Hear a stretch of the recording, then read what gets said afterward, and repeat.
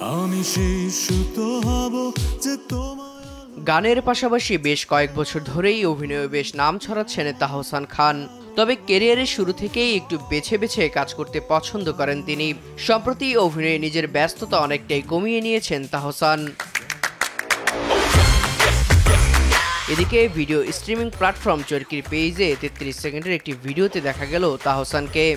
ভিডিওর শুরুতে দেখা যায় সবুজ ঘাসের ওপর এক জোড়া পা, সঙ্গে লেখা দিস গেম। একটু একটু করে যখন ক্যামেরা উঠছে উপরের দিকে, তখনই আবিষ্কার করা যায় এক ক্রিকেটারের অবয়ব। তবে সেই ক্রিকেটার আসলে কে?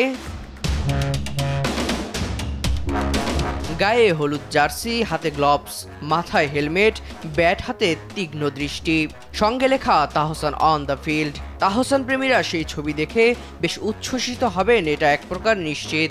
তবে ধারণা করা যাচ্ছে এই ওয়েব সিরিজের মাধ্যমে তাহসানকে আবিষ্কার করা যাবে অন্য এক রূপে। তবে তাহসানের এই সাজ কিসের জন্য তা নিয়ে অনেকের মধ্যে ছিল ধোঁয়াশা। কেউ মনে করছিলেন হয়তো সেলিব্রিটিদের কোনো ক্রিকেট ম্যাচ, আবার কেউ বা ভাবছিলেন কোনো বিজ্ঞাপনের কাজ কিংবা কোনো সিনেমার কাজে হয়তো তাহসানের এই লুক। আসল ঘটনা হলো এই কাজের মাধ্যমে ওয়েব সিরিজে অভিষেক হচ্ছে তাহসানের। আরিফুর রহমানের পরিচালনায় চরকি অরিজিনাল সিরিজ বাজি নিয়ে প্রথমবারের মতো ওয়েব কন্টেন্টে দেখা যাবে তাকে।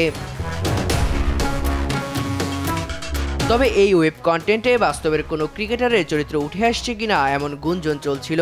তবে সত্যিই তিনি কোনো ক্রিকেটারের চরিত্রে অভিনয় করছেন কিনা তা নিশ্চিত হওয়া যায়নি। তবে জানা গেছে এই কন্টেন্টের গল্প এগিয়েছে বর্তমান সময়ের খেলা নিয়ে যুব সমাজে বাজির বাজে প্রভাবের উপর ভর করে। এদিকে শিগগিরই চরকিতে মুক্তি পাবে বাজি। সাসপেন্স ড্রামা ঘরানার এই সিরিজে তাহসানের সঙ্গে দেখা যাবে তার সাবেক স্ত্রী রাফিয়াত রশিদ মিথিলাকে। এছাড়াও অভিনয় করেছেন মিম মান্তাসা, মনোজ প্রামাণিক, নাজিয়া হক অর্ষা, তাসনোভা তিশা সহ আরও অনেকে। দেব রায় দীপ্ত, দেশ টিভি।